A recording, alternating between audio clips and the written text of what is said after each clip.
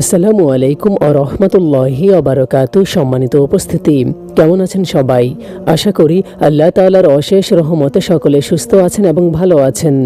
সম্মানিত উপস্থিতি, আজকের ভিডিওতে আমরা আলোচনা করব সালাতুল হাজত অর্থাৎ ইচ্ছা পূরণের নামাজ দিনের ভিতরে কতবার পড়লে আল্লাহ তাআলা দোয়া কবুল করবে, কতবার পড়া সবথেকে বেশি উত্তম, এবং আরও একটি বিষয় আমরা আলোচনা করব সালাতুল হাজত ইচ্ছা পূরণের এই নামাজটি কোন সময়ে পড়া সবথেকে বেশি উত্তম, কোন সময়ে পড়লে আপনার দোয়া কবুল হওয়ার সম্ভাবনা অনেকাংশে বেড়ে যায়।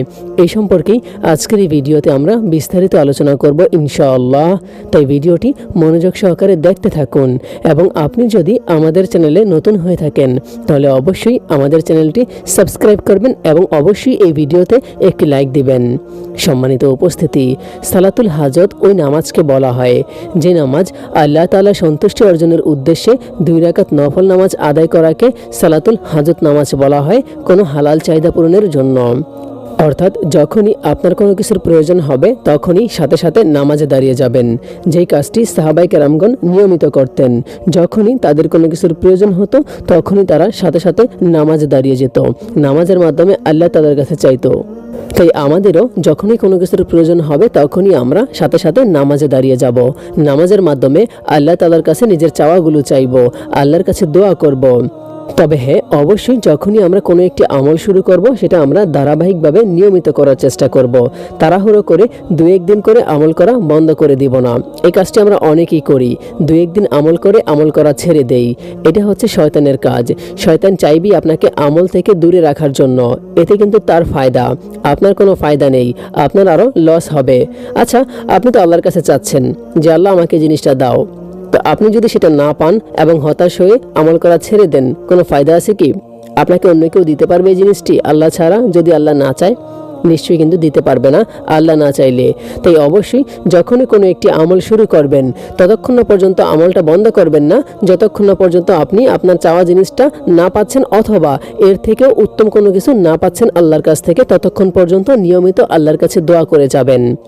প্রিয় ভাই আমার, কেন আমরা হতাশ হয়ে যাই, যেখানে আল্লাহ তাআলা নিজেই বলেছে যে বান্দার খালি হাত ফিরিয়ে দিতে আমি লজ্জা বোধ করি। যার কাছে আপনার এত চাওয়া, সেই আল্লাহ কিন্তু বলতেছে যে বান্দার খালি হাত ফিরিয়ে দিতে আমি লজ্জা বোধ করি।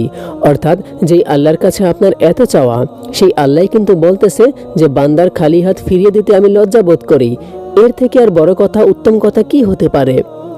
আল্লাহ তাআলা আপনার খালি হাত দুটো ফিরিয়ে দিতে লজ্জা বোধ করেন। সুবহানাল্লাহ, এর থেকে আর উত্তম সুযোগ কি হতে পারে? তাহলে কেন আমরা হতাশ হয়ে যাই? কেন শয়তানের ধোঁকায় পড়ে আমরা 2-1 দিন আমল করে আমল করা ছেড়ে দিয়ে এই কথাটা বলি, আমার দোয়া আল্লাহ আর কবুল করবে না, আস্তাগফিরুল্লাহ। এই কথাটা কেউ আর বলবেন না। প্রিয় ভাই আমার, মনে রাখবেন বান্দার দোয়া আল্লাহ তাআলা সবসময় কবুল করে থাকে। হয় তাৎক্ষণিকভাবে সেটা আপনাকে দিবে, না হয় এর থেকে উত্তম কিছু আপনাকে অবশ্যই দিবে, অথবা সেই জিনিসটা পরবর্তীতে আপনাকে দিবে যখন আপনার জন্য উপযুক্ত হবে। আপনি তো জানেন না যে জিনিসটা আপনি আল্লাহর কাছে চাচ্ছেন সেটার ভিতরে কল্যাণ আছে না অকল্যাণ আছে। আপনি কি বলতে পারবেন?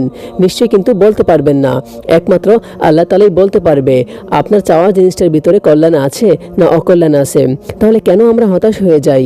আজ থেকে আমরা কখনই আর হতাশ হব না ইনশাআল্লাহ। তো আজকের ভিডিওতে আমরা যে জিনিসটা নিয়ে আলোচনা করব সেটা হচ্ছে সালাতুল হাজত কতবার পড়া সবথেকে বেশি উত্তম। প্রিয় ভাই, আপনি কতবার পড়বেন সেটা তো আপনার নিজের ইচ্ছার উপর ডিপেন্ড করবে।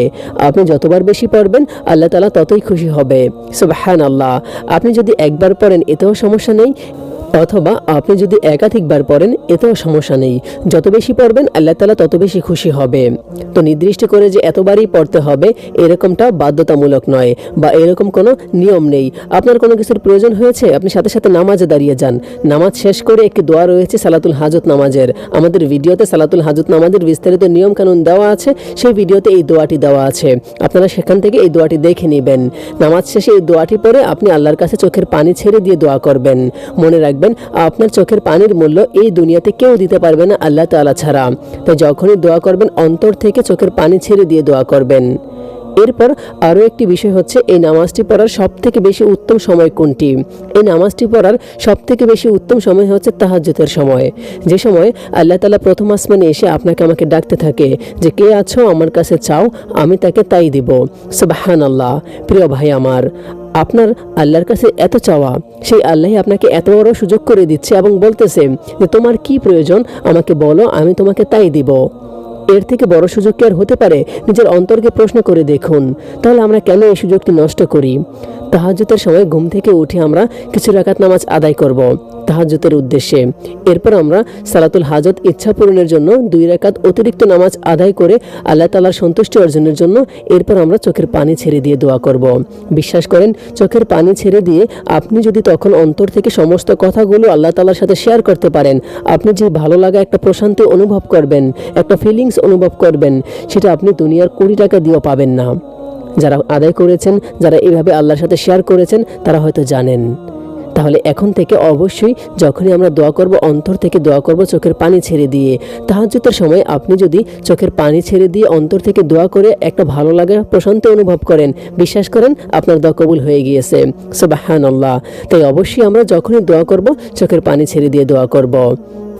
এছাড়াও আমরা তাহাজ্জুদের মতো এই উত্তম সময়টিকে আমরা নিয়মিত কাজে লাগানোর চেষ্টা করব। কখনই আমরা নামাজে তাড়াহুড়ো করব না। এবং অবশ্যই যখনই আমরা তাহাজ্জুদের নামাজ আদায় করি বা অন্যান্য নফল নামাজ আদায় করি না কেন, আমরা অবশ্যই কিন্তু আমাদের 5 ওয়াক্ত ফরজ নামাজ ঠিক রাখতে হবে। আগে কিন্তু অবশ্যই ফরজকে গুরুত্ব দিতে হবে, এরপর বাকি আমল করতে হবে। আপনি যদি ফরজ নামাজ বাদ দিয়ে শুধু নফল নামাজ নিয়ে দৌড়াদৌড়ি করেন, কোনো ফায়দা হবে না। আপনাকে অবশ্যই আগে ফরজ নামাজকে গুরুত্ব সহকারে আদায় করে নিতে হবে। আজকে এই পর্যন্তই।